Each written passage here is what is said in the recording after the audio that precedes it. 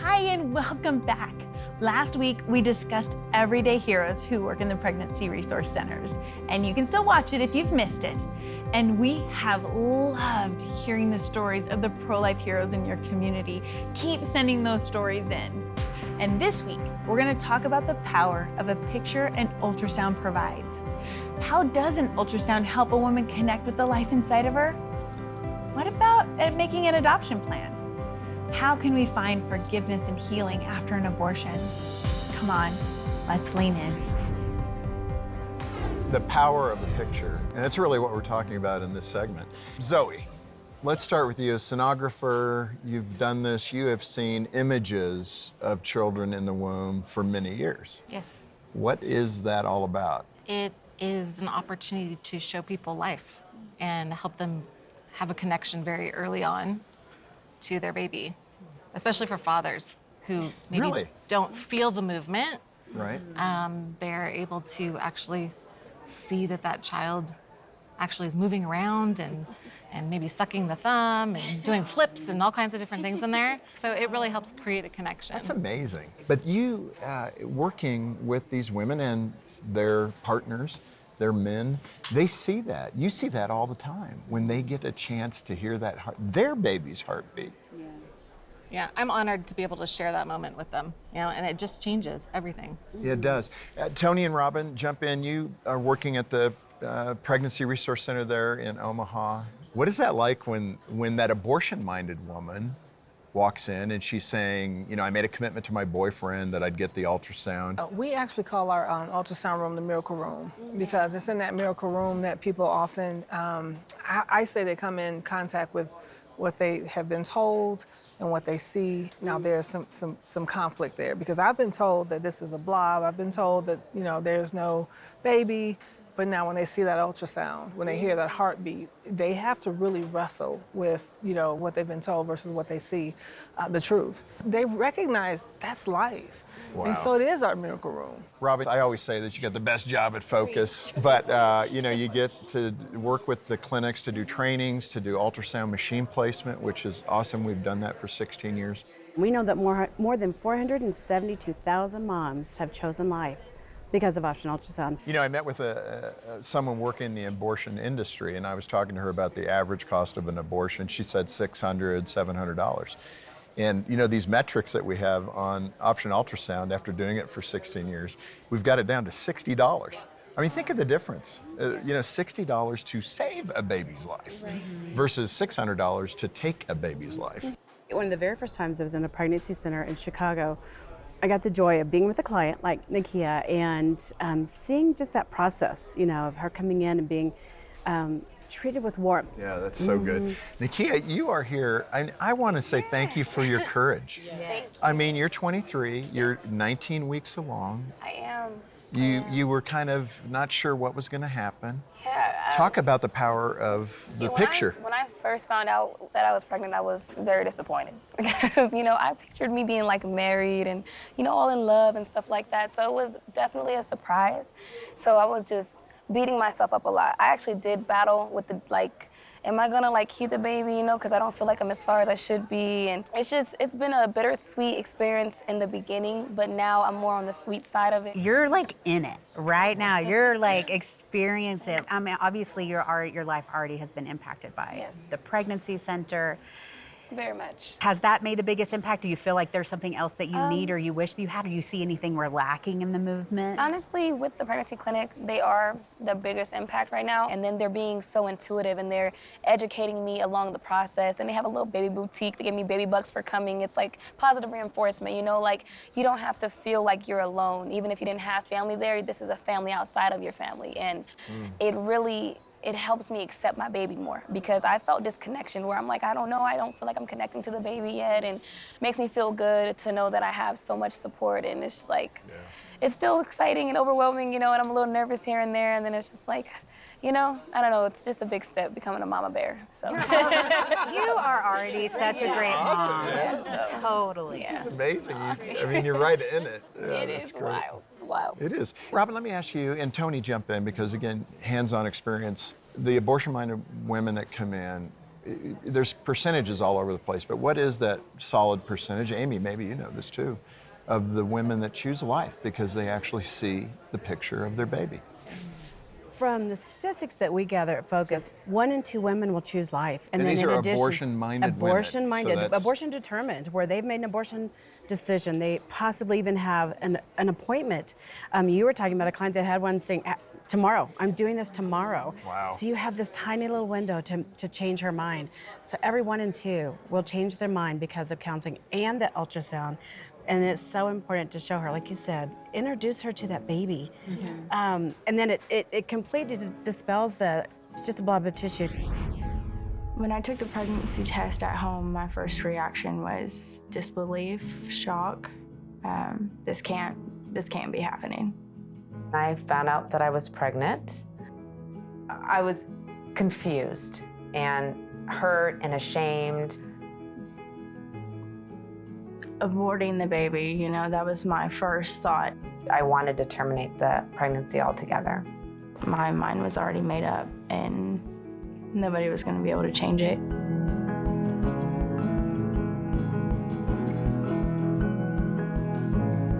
My mom ended up bringing me in to talk to somebody.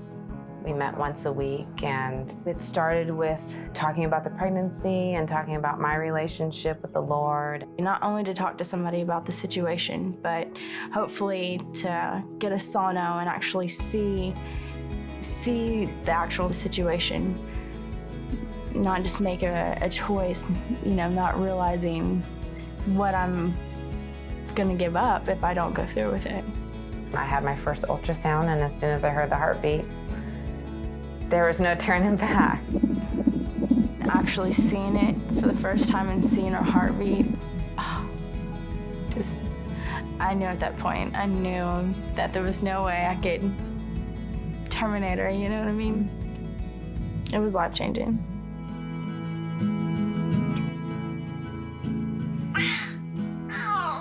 Wow.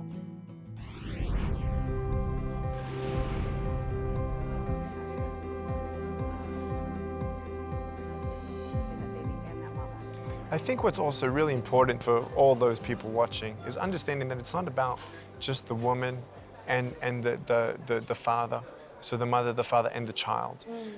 It's about God's given, designed plan and purpose for this beautiful baby that was known before the earth was even formed. God knew their name. Man, when I first heard the heartbeat of my firstborn son, I got teary-eyed. Wow, it is so much more than mass tissue, whatever these women are being told. Tony, you've talked about the choices that you present to a woman that comes in, and you do talk about adoption in the pregnancy center. So We absolutely do. I think, in fact, I had a conversation this morning with someone, and we were just talking about adoption, and there are people that want and can't have kids. And I really feel like sometimes the young ladies that are choosing life would be better served if they did, you know, place their babies for adoption. But I think we do need to have the option present. I met one woman who was in her 50s, and when she was super young, her family sent her away. She was experiencing an unplanned pregnancy, and there was so much shame. And she works for a pro-life organization now, and she was telling me about her story. And this woman in her 50s, maybe early 60s, maybe she's just weeping. And I said, "Are you okay?" And she looked at me and she said, she told me her whole story, and that there is so much shame around it when these are our daughters who are sacrificing their body for 9 months to save a baby's life is one of the most courageous decisions you could ever make, to place your baby for adoption and to bless a family that has prayed their whole life for this baby. And it's hard, but it can be so amazing. And if we can tell more stories, there are some really great organizations out there that are really bold in sharing the birth mom stories, how they're heroes, how this is an amazing decision that you can make. I mean, always parenting is best if you can, Yeah. but adoption is a beautiful decision.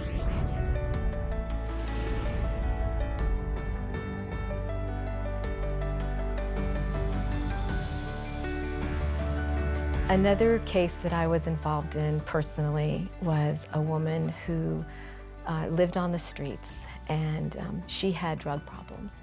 And she came into the center, and we were able to offer her an ultrasound that day. Actually, she came in from the abortion clinic. A sidewalk counselor brought her in, and she was going to abort that day. And we talked about everything, and we offered her an ultrasound. And during the ultrasound, we found out she was carrying twins. So her mouth dropped, our mouths dropped, because we're like, oh Lord, today you wanted to save 2 children through one woman.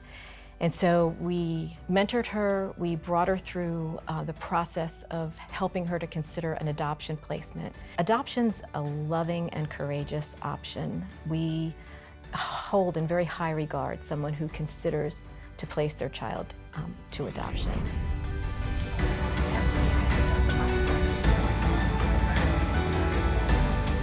Zoe, we brought you in right at the beginning to define for us as a sonographer what it looks like. But you have a personal story in this as well. I mean, your very name is life. Talk to us about your life. Well, I had, when I was 18, I had an abortion when I lived in New York City. And I didn't get to have an ultrasound where I saw the baby. And I think that it could have changed everything. But it was something that I carried around with me as a shameful secret that I didn't share with anybody. You know, God just kept pushing me into the pregnancy center community, and I didn't want to tell anybody my story, and I didn't want to do it, and it had never registered to me. And I got back and someone said, do you realize like your name means life, and you chose to go into OBGYN ultrasound where you show people life. And God had all of this planned from the very beginning. You know, Zoe, we've talked about the beauty of life and all that, but how are you doing with that shame that you talked about? Is it gone? No, not at all. To me, it's the worst thing that I've ever done in my entire life. And I can't change it. And I don't usually talk about it ever. But I feel like God's given me an opportunity to share my story, and in a way it's my testimony, so that other people don't make the same mistake that I made. I mean, that's kind of connected with Nakia, right? I mean, you're 9 weeks ago, you're trying to make a decision. She's the other end of the decision, telling you, make the right decision. Right, but you're making a difference. You've already been doing it, and I'm proud of you. You know, it takes a lot of courage. You know, it's hard, but I'm definitely proud of you, because just battling it and stuff to go through it is just like, you know, put you in a different place, but don't beat yourself up. You know, God's working miracles. Revelation 12:11 says, we overcome by the blood of the Lamb and the word of our testimony. And so as you're sharing your story, every single time you share your story, you are overcoming. You're bringing light into a dark place. Like, I'm super proud of you too. What the enemy tried to use for bad, God could turn into good. And your history is his story that he's writing. Today, I am convinced 100% that another woman out there is now saying, wow, I'm not the only one. I know what Zoe's talking about. I think we should listen to the stories and have a platform where we don't condemn nor judge, but let God allow these stories to help reach into the hearts, because you want to know, how do you connect the head to the heart? It's stories. Yeah. That's the story that you tell, Zoe. That's the story that you tell. That's the story you are telling right now, is that power of that ultrasound and what that can do for a woman seeing that baby and God redeeming a decision. Yeah, I think it's important that churches just talk about, you know, having abortion healing groups and saying that this is a safe place for you to get healing. And I remember one time, the first time I spoke at a women's conference, there was 10,000 women in the arena, and I was being interviewed about Embrace Grace. And at the end, you know, the pastor was like, thank you so much. And I felt in my spirit I was supposed to say one more thing. And I said, okay, there's 10,000 women in this arena, and that means at least 2,500 of you have experienced an abortion. And I've been talking about all these women being brave for choosing life. But what I want to say to you is that you're not disqualified from ministry. You are qualified. And that God wants to use your story. And like I said with Revelation 12:11, share your story, be bold, and be the person you wish you had years ago in your life when you made that decision. And so after that was over, it was it. I walked off the platform, and then I went back to my booth, and there were 3 women. And the one in the middle could hardly walk. I mean, she was weeping, and they were holding her up, and they brought her to me, and they said she wanted to see you, and she's kind of emotional right now. And so she collected her thoughts and emotions, and she looked at me, and I'll never forget. And with her tears on her face, and she said, "Do you mean to tell me that God can use me?" And there was freedom that happened in that moment, that she just needed someone to acknowledge. And it's important, you know, free people. And I believe we can create a revival in our churches. I mean, this can change everything by just helping. And it all starts with a story like you, Zoe. Your bravery and courage in sharing your story heals people. Because we could create a Me Too movement with this. And you're starting that. And it's amazing. That's really good. That's really good. So, okay, I want to do something. What do we do? I'd also encourage the schools to have what are they called? The Students for Life. Students for very, Life. Very strong in I women, think yes. they are an essential pivoting point for the turning around of America, where it's student-led and they start the conversation. And as a class, and students, get educated. Listen, teenager, I'm looking you right in the eyes. Ask God, honestly, how can I move my school? Because we all know you can't change a country till you change a city, till you change, a church. Let's start with the church. Let's start with the Christian schools.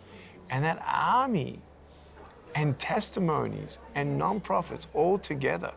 What's the last word about what somebody viewing can do? Donating for sure to Option Ultrasounds. You know, I'm a through coach's Focus. wife, so I always say, you know, Tony and I have talked about sports, and I said, get off the sidelines, get involved at your local pregnancy center, donate to Focus on the Family. Jim, this is something that we do day in and day out. $60. Yeah. $60.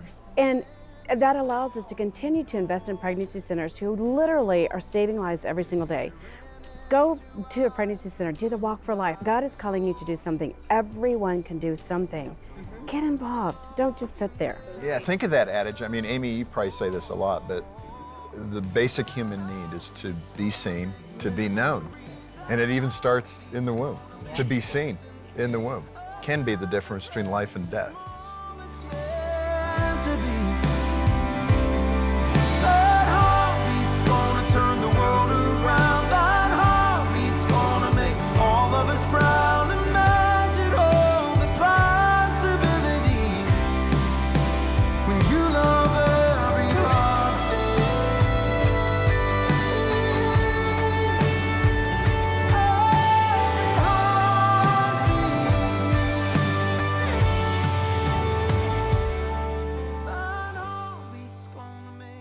What an amazing conversation.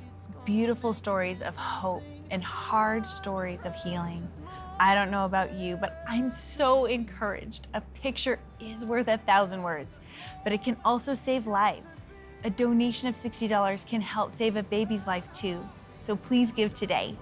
And don't miss next week's episode, but be sure to have a Kleenex nearby. We'll be talking about when the choice to be pro-life is hard and it hits really close to home.